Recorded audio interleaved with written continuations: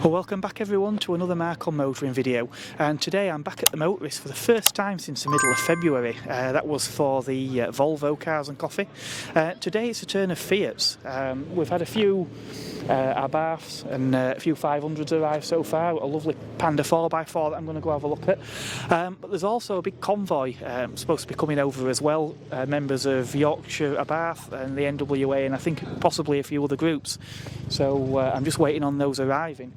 But it looks like it's going to be a cracking day here, so it should be a good one. Now, a car I really like is the Fiat Panda Cross. I'm not sure whether this is a two-wheel drive cross or a 4x4 cross. A friend of mine actually had a 4x4 cross, and we did take it off-road, and it's incredibly competent. But they're also quite fun on a twisty B road as well, surprisingly. Now, I think by this point they were available either with the 1.3 litre diesel or a twin air 85 with a 6-speed gearbox. The 6-speed gearbox, I think, well, basically because there's no low range gearbox, the first gear was sort of extra low in these to give them a bit of a crawler gear for when you're off-road. Now, something else I haven't seen for years, I honestly can't remember the last time I saw one of these.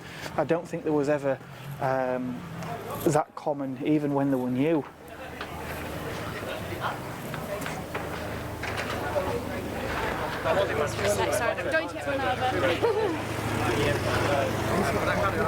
A lovely Fiat 124.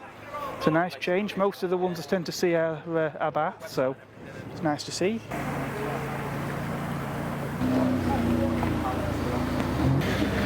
So again, these are Abarth variants rather than Fiats, but still Punto Evos at the end of the day. These will be using the 1.4 T-Jet engine.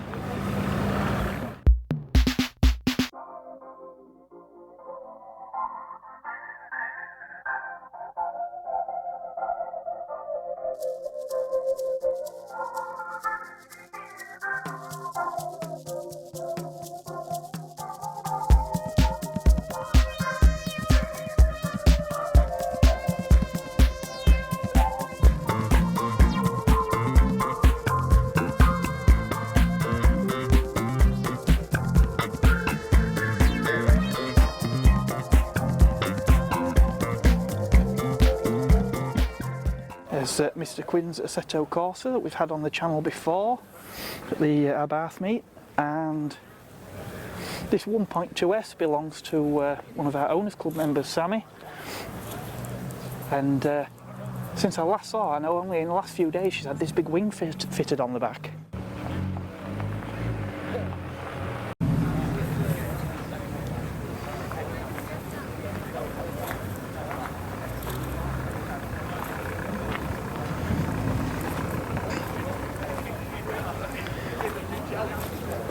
It's rather nice grey 2013 Fiat 500 Pop. Yeah, there are. Now today's all the Fiats, but the vast majority of the ones here are Abarth models. This one's had the white mirror caps fitted as well. In fact, we've could be wrong here, it might not be a pop, this could actually be a colour therapy. Colour therapy being a sort of a special base loosely on the pop, but we've got the the colour-coded gear lever top on there as well, and the white antenna and the white mirror back, so yeah, this will be a colour therapy model. So I'm here with Kevin, and Kevin has brought a really interesting car here today. He's got a Fiat Panda 4x4, one of the older models. So tell us, Kevin, why did you buy a Panda 4x4? I bought this car because I used to have one back in 1987, and I thought the car, with me and the wife loved the car, we loved it a lot, and we tried to find another one. In 2010 I found one on eBay, found out they were very collectible. Didn't get it, it was a left-hand drive and it went for $6.5 grand, and that was 2010, and then I sort of looked around, and eventually about 5 years ago I found this one. Look, it's had a charm life, 49,000 miles on the clock, and it was ready for some TLC. Yeah. I was thinking £6,500. What were these cars when they were new? It's about £6,500. Yeah, and obviously the normal Pandas would have been considerably cheaper, wouldn't they? Yeah, the top of the range was the Sisley, which had Sisley on the side, white wheels. I think they did it in about 4 colours, metallics. It had the part suede seats with the Indians with canoes on, right. and Sisley on the seat belts. And it had this little tilt meter, which is here. Right, yeah, I had a look through the window, I saw that earlier, yeah. Go on. There was actually one here quite recently as well, a Panda colour, and the gauge cluster was all different colours. That was quite an interesting, must have been a special edition as well. Yeah. So, which engine is in this one then? This is a 1000 Fire, which is the first engine of the Fire range. In 1987, I think it may have come out in 86, but prior to that, the 4-wheel drive had the I think it's 800cc pushrod engine in what they had in the Fiat 127s. Oh right, I knew there was a smaller engine, but I didn't realise they had them with a 4x4. That must have been quite a strain with that running gear. I think 86 was the first 4x4 they did, and this is considered to be the Mark II model. The Mark I has quarter lights here, a metal grille at the front, sort of corrugation on the sides and a lot of plastic. Yeah, I remember the ones with the original, the pressed metal grills. Yes. Yeah. So these are just a bit smoothed off, aren't they? Yeah. So this is considered to be a Mark II. It's the first vehicle to put the fire engine in, as far as I know. Yeah. Fully integrated robotised engine. That's what that stands for. Oh right, I didn't know that. Yeah. And there's still, obviously, I've come with a 500 today. Yes. But I know like a lot of the Fiats still use or until recently they used the 1.2, which was derived from the old fire engine. Yes, I think they made this fire engine straight up till last year. I think they stopped producing the fire, and I think they stretched them to about, I'm not an expert, but 1.4 injection. Yeah, sounds about right. The later ones of these were injected, and a lot of people that get these, they put the injection engines in them, the Punto engines. But I wanted to keep this as it was, original. Yeah.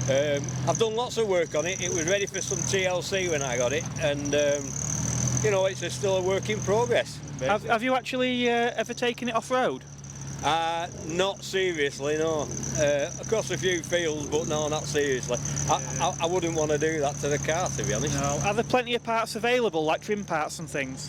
Trim parts are a bit difficult to find. Body panels they're not common. You can get sills, you can get door skins, but they're not overly common. You just got to look around to try and get them. Sadly, that's the danger with these, isn't it? Because they are quite capable off-road, but the problem is, like you say, if you damage one of the panels on it and you can't get replacements. Yeah, you can get front wings. Front wings you can get. You can get some sections like these sections here, but they're getting rarer. I think you're going to have some things fabricated if you really need something, but they are getting rarer. That's it. Yeah, excellent. Right, well, thank you very much, and I've enjoyed having a look round your Panda. Nice talking to you.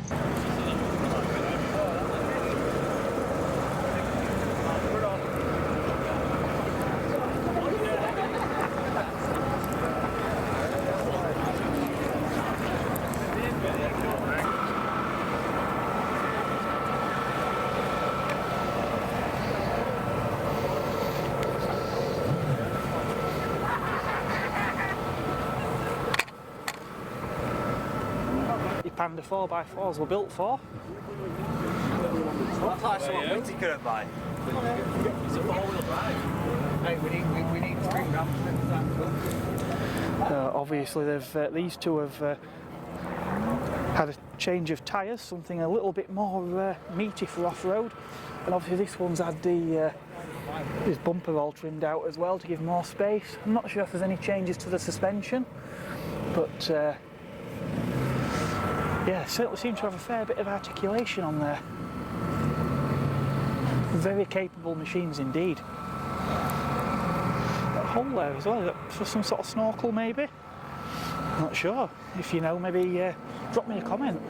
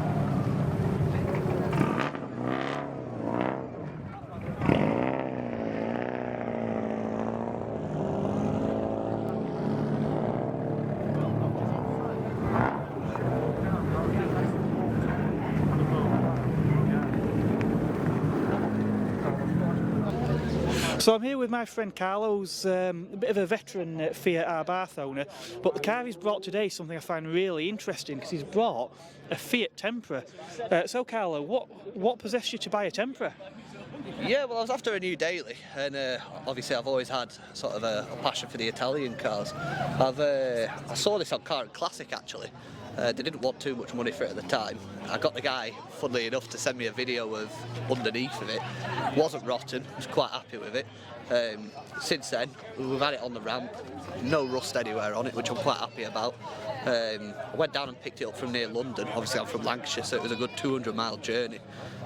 Drove it back, absolutely fine. Been dailying it ever since, really, just done your general service bits to it. Paintwork was faded a bit, so I had a bit of paintwork done to it, and now it's looking, yeah, in remarkably good condition. Everything works as it should, and I'm quite happy with it. It's a nice, comfortable, reliable car. This has an Abarth as well, and I imagine by comparison this must be a really comfortable cruiser. The term relaxed comes to mind, yeah. It's nice, it's a nice change, you know, the yin to the yang. Yeah, and a really understated styling as well. I really do like these. It's in fact, for me, this has probably been my highlight of the day. I mean, we've got Ferraris and all sorts here, but you know, call me strange, but yeah, Fiat Tempra has been my highlight today. So thanks very much for bringing this one along. It's all right. Yeah, there's not too many on the road. There's only 3 of these, according to how many left registered, taxed in the UK now. There are a few more in a couple of estates, but yeah, I can't remember the last time I saw another one on the road. So it's one of them. You get a lot of questions, you know, at petrol stations and things like that about it, and it's nice. It's nice to see some appreciation, really. Yeah, definitely, definitely. Well, thanks again for bringing it, and thanks for having a chat with us this morning. It's much appreciated. No problem, Mark. It's a pleasure. Fiat Barchetta, all left-hand drive. I believe they might have been hand-built as well. This sort of coach-built bodywork. Really, really nice car. As I say, all left-hand drive, although they were sold in the UK. In Fiat dealerships. Now these were actually front-wheel drive. I think they may have been Punto-derived running gear, but supposedly, in spite of that, they actually do drive rather well. So I'm told. I've not had the privilege of having a go in one as of yet, but maybe someday.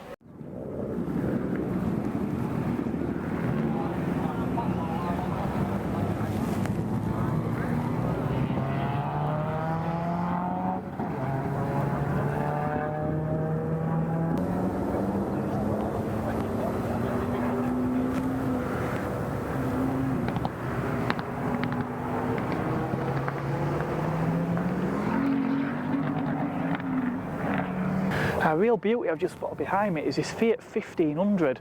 We're already, well, 25 past 12 now, and there's a lot of cars left, but there's still a lot that are coming in. This has been one of the more recent arrivals. But yeah, absolutely stunning car. Another car I'm quite pleased to see is this Fiat 500e. I've actually seen the odd one, but not really to have a good close-up look at, so nice seeing that here. This this pale blue as well seems a really, really nice shade. So we've got a small grille at the bottom there, just like on the old car. Not that you need much, as much grille in a EV. Got these lovely black and diamond cut wheels.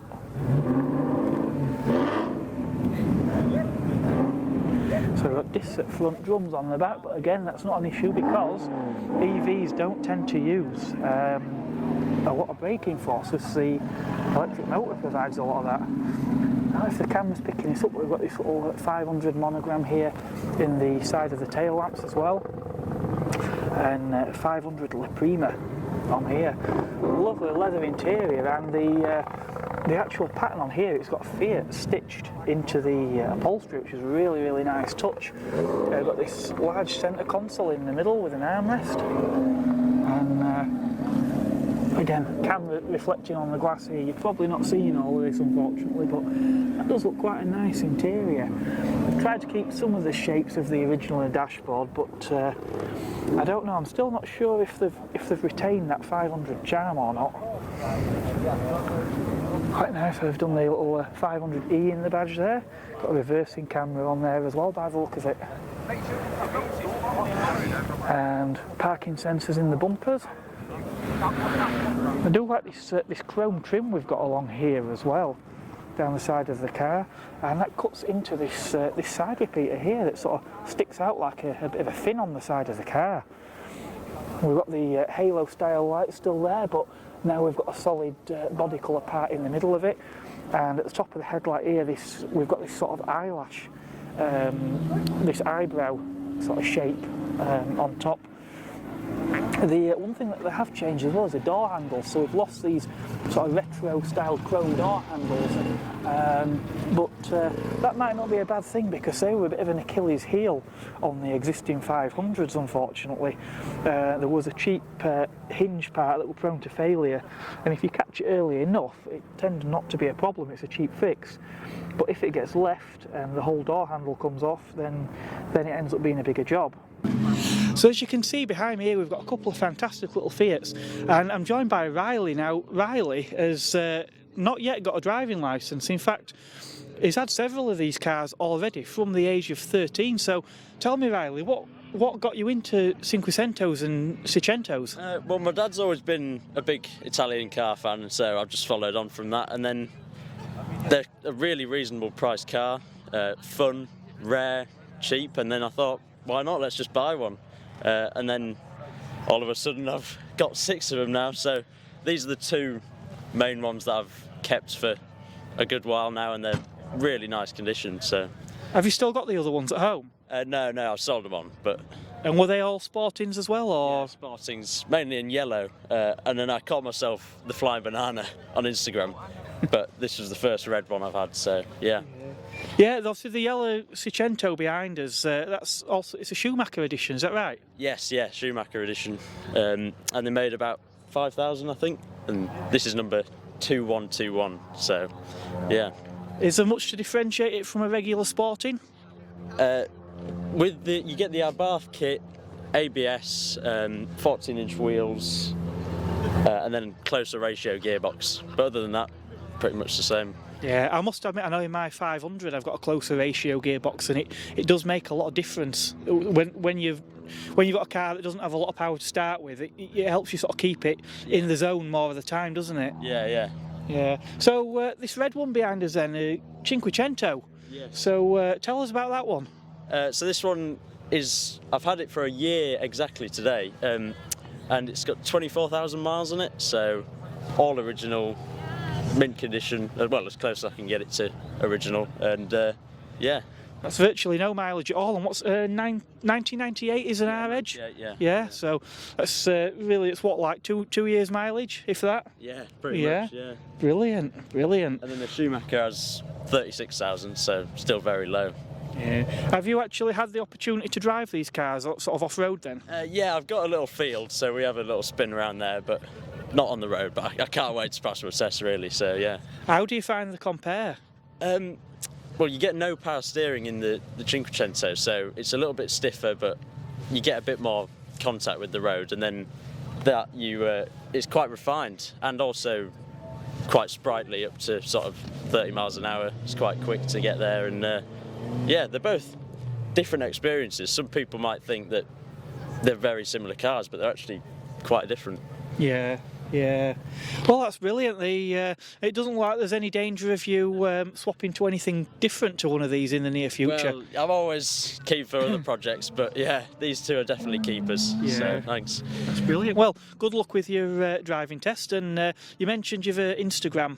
Yes. So the yellow one is the Flying Banana, and then that one is Red Cinquecento. So yeah, give it a follow. Right, Flying Banana and Red Cinquecento. So you heard it here first. So if you're on Instagram, check those out. Right, well, thank you very much. It's been a pleasure looking at your cars. Thank you. So we have here what appears to be a Fiat X19, but this is actually a Bertone. Now the Bertones were the later ones. Basically Fiat stopped producing them and Bertone continued the production run. So it's been a later car. I imagine this is probably one of the 1500cc models. But I've always been a big fan of these, mid-engined. You've got that Targa roof as well, so a really interesting car. Not especially fast, but supposedly they do drive quite well.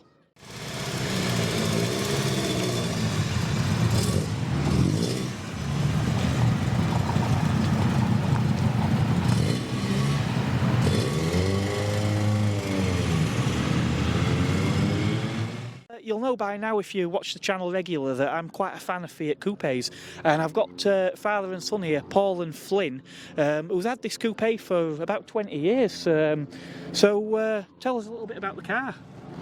Well, I saw it at the motor show years ago, and I fell in love with it, and then managed to get one. Yeah. So I just love it. Really. Was that about 94, I think, was it? 94, 95, I think. Probably might be a bit later, 95, 96, yeah. The NEC, I remember that I went to the NEC and I saw these on stand at the motor show, and they were quite striking with those slashes over the wheels as well. So this one is a 20 valve turbo, is that right? No, just normally aspirated. Sorry, 20 valve NA. 20 valve, Yeah. But I think it's probably enough. I mean, there's still a fair bit It's of enough poke. for me, yeah, it's completely standard, apart from exhaust, but yeah. 20 years, I mean, what's... Well, about 18 or 19 years, yeah, just... well, my lad fell in love with it and he won't let me sell it now, He's so... not allowed to sell it. You're hoping to inherit it one day then? Hopefully, eventually, yeah. Yeah, I must admit my Megane Coupe will probably go to my eldest as well when the time comes, so... When they can insure it, yeah.